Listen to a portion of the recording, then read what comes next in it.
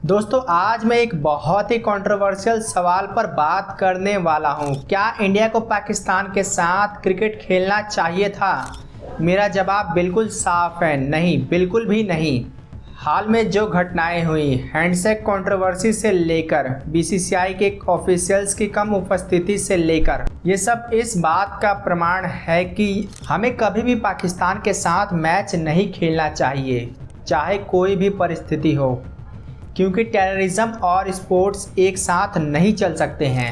आज मैं आपको बताऊंगा कि आखिर मैं ऐसा क्यों कह रहा हूं। The India-Pakistan Asia Cup match, a moment of high tension and controversy. Fans are calling for a boycott. 14 सितंबर को इंडिया और पाकिस्तान के बीच में एशिया कप का मैच हुआ। ये केवल क्रिकेट मैच नहीं था। मैच से पहले ही पूरे देश में मैच के विरोध में कैंपेन चल रहे थे, खासकर पहलगाम में हुए टेररिस्ट अटैक के बाद। भारतीय टीम ने मैच तो जीता, लेकिन कंट्रोवर्सी तब शुरू हुई जब इंडियन प्लेयर्स ने पाकिस्तानी प्लेयर्स के साथ हैंडशेक नहीं किया। भारतीय कैप्टन सूर्य कुमार यादव द्वारा बताया गया कि ये पहले से ही बीसीसीआई और भारत सरकार द्वारा प्लान किया गया था कि भारतीय खिलाड़ियों को पाकिस्तानी खिलाड़ियों से हाथ नहीं मिलाना है। इस कंट्रोवर्सी के बाद पाकिस्तानी टीम ने मैच रेफरी एंडी पाइक्रोफ के खिलाफ कंप्लेन किया। उन्होंने कहा कि मैच रेफरी एंडी पाइक्रोफ ने हैंडशेक करने से मना किया। पाकिस्तानी टीम ने आईसीसी से कहा कि यदि एंडी पाइक्रोफ को रिमूव नहीं किया गया तो वो अपना अगला मैच नहीं खेलेंगे, लेकिन आईसीसी ने इस बात को मानने से साफ इनकार कर दिया।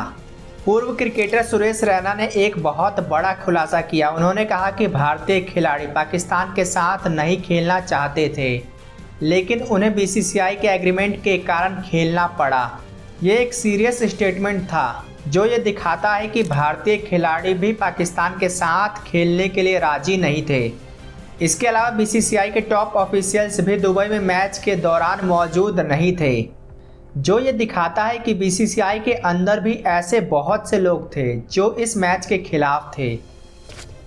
बहुत से लोग ऐसा कह रहे हैं कि हमें स्पोर्ट्स और पॉलिटिक्स को अलग अलग रखना चाहिए, लेकिन हमने जब जब स्पोर्ट्स और पॉलिटिक्स को अलग अलग रखने की कोशिश की है, तब तब पाकिस्तान द्वारा हम पर और ज़्यादा टेररिस्ट अटैक किए गए हैं। 1993 में मुंबई अटैक के बाद भी क्रिकेट कंटिन्यू रही। उस समय भी यही आर्गुमेंट दिया गया कि क्रिकेट और पॉलिटिक्स को अलग अलग रखना चाहिए, लेकिन इससे क्या हुआ? क्या टेररिज्म कम हुआ? 1999 कारगिल वॉर के दौरान भी क्रिकेट चल रही थी। उस समय हमारे सोल्जर्स पाकिस्तानी सोल्जर्स से लड़ रहे थे और हम क्रिकेट डिप्लोमेसी की बात कर रहे थे। सबसे शॉकिंग एग्जाम्पल मुंबई 2008 अटैक का है। इस अटैक में 166 इंडियंस मारे गए। ये क्लियर अटेम्प्ट ऑफ वॉर था। तब जाकर बायलैटरल क्रिकेट सस्पेंड हुई, लेकिन ये भी टेम्पररी था।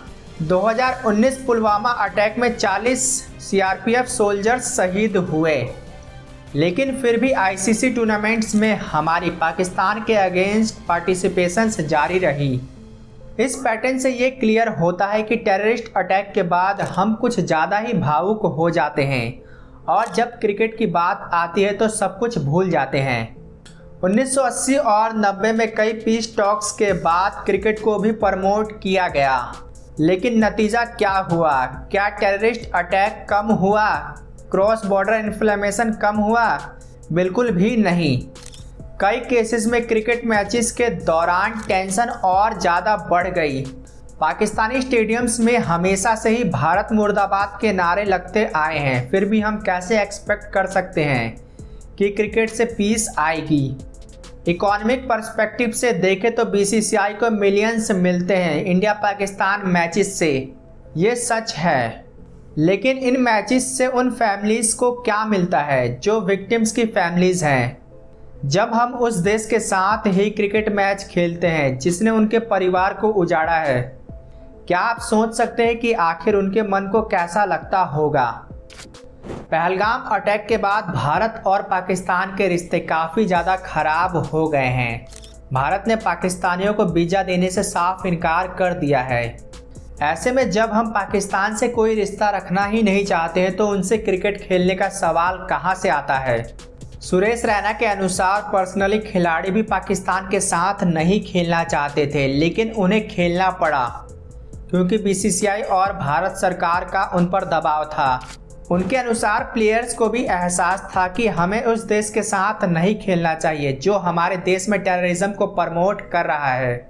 हर इंडिया पाकिस्तान मैच से पहले यही नैरेटिव चलता है कि क्रिकेट से इंडिया और पाकिस्तान के बीच शांति होगी, लेकिन आज तक तो इससे कभी शांति नहीं आई है। क्या क्रिकेट मैच से क्रॉस बॉर्डर इन्फ्लेमेशन रुकी है? क्या पाकिस्तान के द्वारा हमारे भारतीय सैनिकों के ऊपर गोलीबारी नहीं की जाती है? जवाब है बिल्कुल नहीं। ज़्यादातर लोग सोशल मीडिया पर इस मैच के खिलाफ थे। उनका ऐसा कहना था कि हमें पाकिस्तान के साथ क्रिकेट मैच नहीं खेलना चाहिए, हमें पाकिस्तान के साथ किसी भी तरह के रिश्ते नहीं रखने चाहिए। लेकिन भारत सरकार ने इन सबको इग्नोर किया, जो कि एक डेमोक्रेटिक कंट्री में अच्छी बात नहीं है, क्योंकि डेमोक्रेटिक कंट्री के अंदर जनता की बात ही सबसे ऊपर रहनी चाहिए।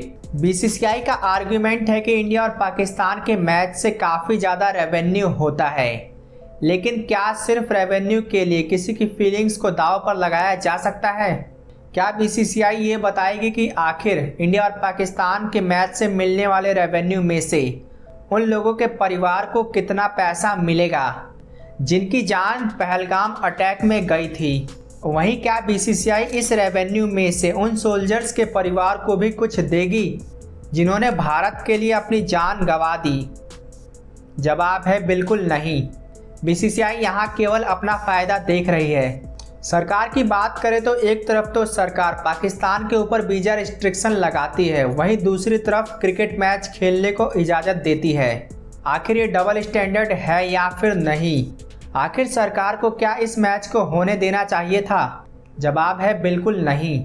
रसिया यूक्रेन वॉर के बाद रसिया को फीफा और यूईएफए से कम्प्लीटली बैन कर दिया गया है। ऐसे में क्या हम पाकिस्तान को आईसीसी से कम्प्लीटली बैन नहीं करवा सकते हैं? जवाब है बिल्कुल हाँ। आईसीसी की रेवेन्यू का 70 से लेकर 80% बीसीसीआई से आता है।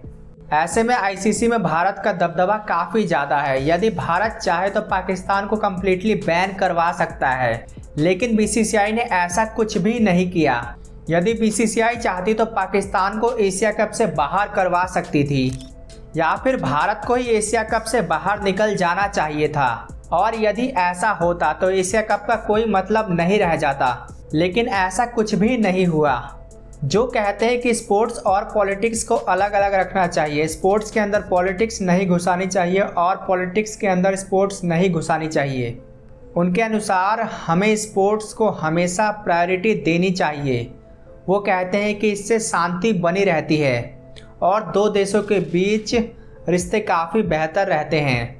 लेकिन हमने पाकिस्तान के केस में तो बिल्कुल उल्टा देखा है। जब हमने शांति के लिए स्पोर्ट्स को एक रास्ते के रूप में देखा है, तब पाकिस्तान ने हमारे ऊपर टेररिस्ट अटैक्स किए हैं। ऐसे में ये बात कब तक सही है कि स्पोर्ट्स और पॉलिटिक्स को अलग अलग रखना चाहिए?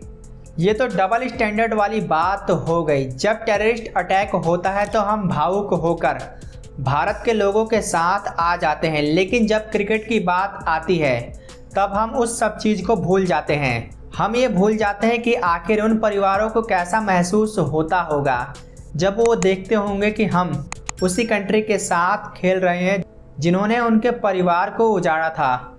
बीसीसीआई का आर्गुमेंट है कि यदि इंडिया और पाकिस्तान का मैच नहीं होगा तो इससे हमें फाइनेंशियल लॉस होगा, लेकिन ये बात कहाँ तक सही है? बीसीसीआई के पास 14,000 करोड़ के रिजर्व्स हैं। ऐसे में इंडिया और पाकिस्तान से जो रेवेन्यू होगा वो तो केवल चिल्लर के बराबर होगा। और सोचने वाली बात यह है कि इंडिया और पाकिस्तान मैच से होने वाले रेवेन्यू को उन परिवारों के साथ कितना शेयर किया जाएगा जिन्होंने अपने परिवार को खोया है। इसका जवाब है बिल्कुल भी नहीं। बीसीसीआई सीधे तौर पर उन्हें पैसे तो देने वाली नहीं है, तो ऐसे में इंडिया और पाकिस्तान का मैच होने का क्या तुक बना? बहुत से लोग ऐसा आर्ग्यूमेंट देते हैं कि आईसीसी टूर्नामेंट में खेलना कंपलसरी है, लेकिन ऐसी कोई बात नहीं है। यदि बीसीसीआई चाहती तो पाकिस्तान को कम्प्लीटली बैन करवा सकती थी या फिर एशिया कप से बाहर करवा सकती थी। पास्ट में ऐसा हो चुका है। आईसीसी द्वारा बहुत से देशों को कम्प्लीटली बैन किया गया है कई सालों तक। ऐसे में पाकिस्तान को क्यों नहीं किया गया बैन? यहाँ पर आईसीसी डबल स्टैंडर्ड क्यों फॉलो कर रही है? आखिर बीसीसीआई द्वारा आईसीसी पर दबाव क्यों नहीं डाला गया इसको लेकर? बहुत से लोग कहते हैं कि क्रिकेट से इंडिया और पाकिस्तान के रिश्ते सुधरेंगे, लेकिन 78 सालों में ना जाने कितनी बार पीस टॉक्स की बात की गई। क्रिकेट डिप्लोमेसी को लेकर बहुत बार बात किया गया है। ऐसा कहते हैं कि क्रिकेट से शांति आएगी, लेकिन शांति आई कहाँ? उल्टा और ज़्यादा टेररिज्म बढ़ ही गया। अब आइए देखते हैं कि आखिर दुनिया में कौन से सक्सेसफुल बॉयकॉट हुए हैं।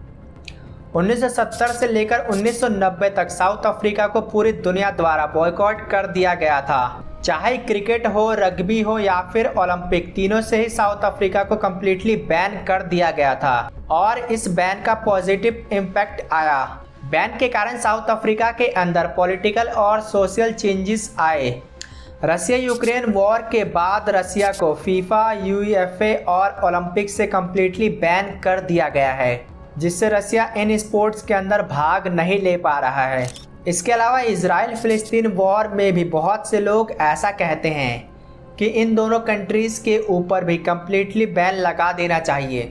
ऐसे में सोचिए, यदि साउथ अफ्रीका, रसिया और इजराइल के ऊपर बैन लग सकता है तो हम पाकिस्तान के ऊपर बैन क्यों नहीं लगा सकते हैं? आखिर बीसीसीआई आईसीसी के ऊपर दबाव क्यों नहीं डालती है? बीसीसीआई का दबदबा तो आईसीसी के अंदर बहुत बड़े लेवल पर है, क्योंकि आईसीसी को बीसीसीआई ही चलाती है। यदि बीसीसीआई आईसीसी से हाथ खींच ले तो आईसीसी का कोई मतलब नहीं रह जाएगा। तो हमें भी सेम यही चीज़ पाकिस्तान के साथ करनी चाहिए थी, लेकिन ऐसा कुछ भी नहीं हुआ। हमने पाकिस्तान के साथ मैच खेला, लोगों ने चीयर्स किए। जो पहले पहलगाम अटैक के बाद पाकिस्तान को कोस रहे थे, वो खुद मैच के दौरान चीयर्स कर रहे थे। ऐसे में अब आप खुद सोचिए, क्या हम ऐसे पाकिस्तान को बॉयकॉट कर सकते हैं जहां हम बोलते हैं कि स्पोर्ट्स और पॉलिटिक्स को बिल्कुल अलग अलग रखना चाहिए? तो फिर हम टेररिज्म और पॉलिटिक्स को एक क्यों कर देते हैं? जब टेररिज्म होता है तो फिर पॉलिटिक्स क्यों की जाती है? उस समय भी यही नैरेटिव रहना चाहिए कि टेररिज्म अलग है और पॉलिटिक्स अलग, लेकिन ऐसा कुछ भी नहीं होता। जब टेररिज्म के दौरान पॉलिटिक्स हो सकती है तो आखिर स्पोर्ट्स के दौरान पॉलिटिक्स क्यों नहीं हो सकती? अगर टेररिस्ट पाकिस्तान से आते हैं तो हम पाकिस्तान के ऊपर बहुत सारे बैन लगाते हैं, तो फिर स्पोर्ट्स के ऊपर बैन क्यों नहीं लगाते हैं? आखिर हम पाकिस्तान के साथ क्रिकेट क्यों खेलते हैं? मेरे अनुसार टेररिज्म के साथ ना स्पोर्ट्स हो सकती है ना ही पॉलिटिक्स। हमें पाकिस्तान को कम्प्लीटली आइसोलेट कर देना चाहिए, ना हमें उसके साथ किसी तरह के शांति समझौते करने चाहिए और ना ही स्पोर्ट्स खेलने चाहिए।